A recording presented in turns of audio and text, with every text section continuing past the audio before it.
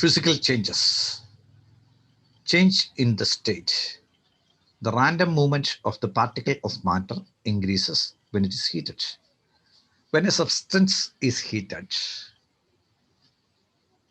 the particles in the substance or molecules in the substance get more energy so that the random movement of the particle of matter increases. കൂടുതൽ energy കിട്ടുമ്പോൾ, അതായത് heat കൊടുക്കുമ്പോൾ കൂടുതൽ എനർജിയാണ് നമ്മൾ കൊടുക്കുന്നത്. ആ എനർജി പാർട്ടിക്കിൾസിന് കിട്ടുമ്പോൾ കൂടുതൽ ഫാസ്റ്റായിട്ട് പാർട്ടിക്കിൾസ്, ഒരു സബ്സ്റ്റൻസിലെ പാർട്ടിക്കിൾസ്, സോളിഡ് ആണെങ്കിലും ലിക്വിഡ് ആണെങ്കിലും ഗ്യാസ് ആണെങ്കിലും കൂടുതൽ ഫാസ്റ്റായിട്ട് മൂവ് ചെയ്യുവാൻ ആരംഭിക്കും. This could leads to a change in the arrangement of particles. So the faster movement leads to a change in the arrangement of particles. We already studied that there's a particular type of arrangement in solid.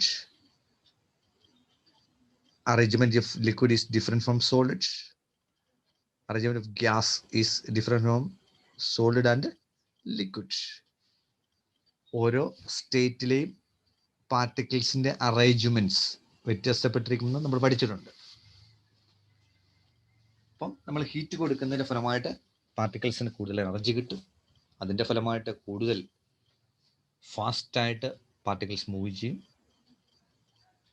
ആ ഫാസ്റ്റായിട്ടുള്ള movement leads to change in the arrangement of particles. പാർട്ടിക്കിൾസിൻ്റെ അറേഞ്ച്മെൻറ്റിൽ ഒരു change ഉണ്ടാകും. The state of matter changes when the arrangement of particle is changed. ഈ പാർട്ടിക്കിൾസിൻ്റെ arrangement change ചെയ്യുമ്പോൾ ശരിക്കും സ്റ്റേറ്റ് ആണ് മാറുന്നത്. അതായത് സോളിഡ് സ്റ്റേറ്റ് ലിക്വിഡ് ആകും, ലിക്വിഡ് സ്റ്റേറ്റ് ഗ്യാസ് ആകും, അതുപോലെ ഗ്യാസ് ലിക്വിഡ് ആകും, ലിക്വിഡ് സോളിഡ് ആകും. നമ്മൾ ടെമ്പറേച്ചർ കൂട്ടുകയും കുറയ്ക്കുകയും ചെയ്യുന്നതിനനുസരിച്ച് പാർട്ടിക്കിൾസിന് കൂടുതൽ എനർജിയോ കുറച്ച് എനർജിയോ ലഭിക്കും. അപ്പം മൂവ്മെൻറ്റ്സ് വ്യത്യാസപ്പെടും. മൂവ്മെൻറ്റ്സ് വ്യത്യാസപ്പെടുന്നതിനനുസരിച്ച് state of arrangement of particles വ്യത്യാസമാകും. അറേഞ്ച്മെൻറ്റ് ഓഫ് പാർട്ടിക്കിൾസ് മാറുന്നതിനനുസരിച്ച് സ്റ്റേറ്റിന് തന്നെ മാറ്റം വരും.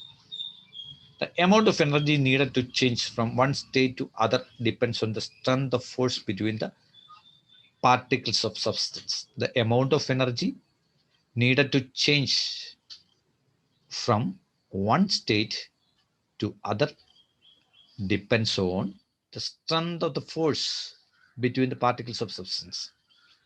ഒരു സബ്സ്റ്റൻസിലെ പാർട്ടിക്കിൾസിൻ്റെ ഇന്റർമോളിക്കുലർ ഫോഴ്സ് ഓഫ് അട്രാക്ഷൻ ഉണ്ട്.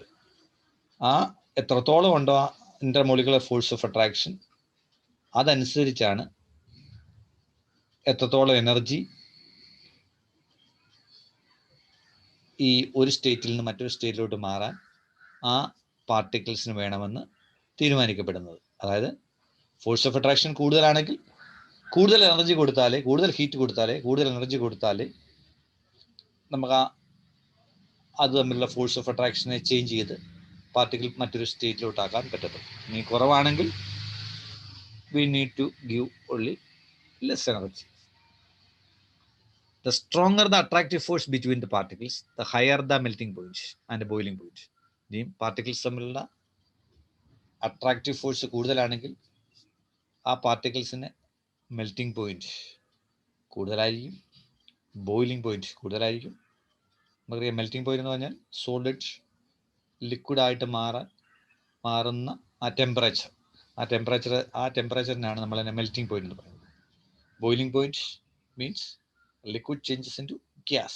The temperature is needed to change liquid state to gaseous state. That temperature is called boiling point. If the attractive force between the particle is higher, the melting point and boiling point of the substance is also higher. Example, water cycle.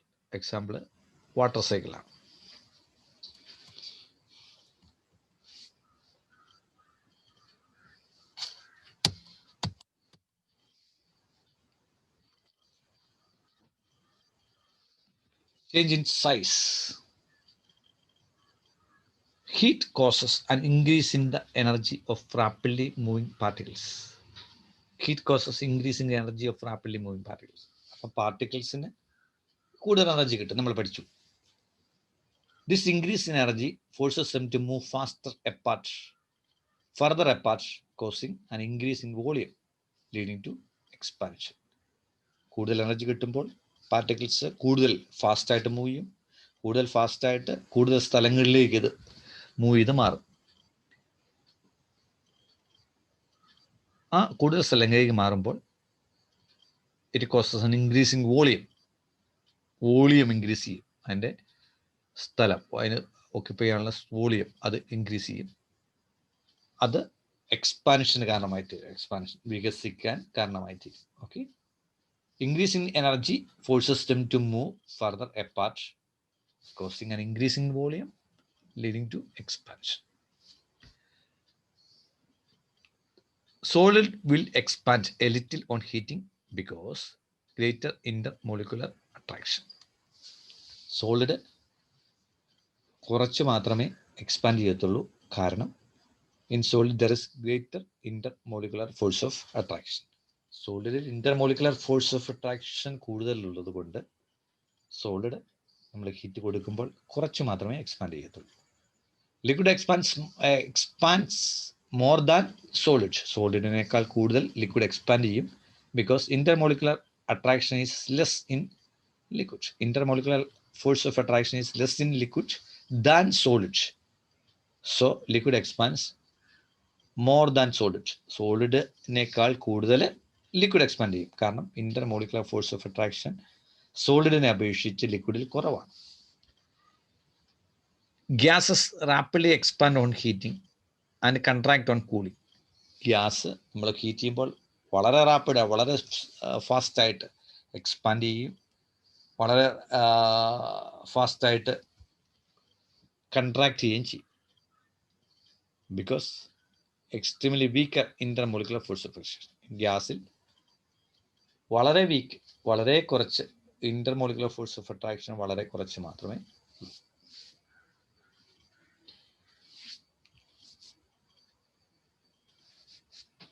അപ്പോൾ നമ്മൾ പഠിച്ചത് change in the size. When we heated the molecules move apart from each other, so there is a change in the volume, increase in the volume, leading to expansion of that substance.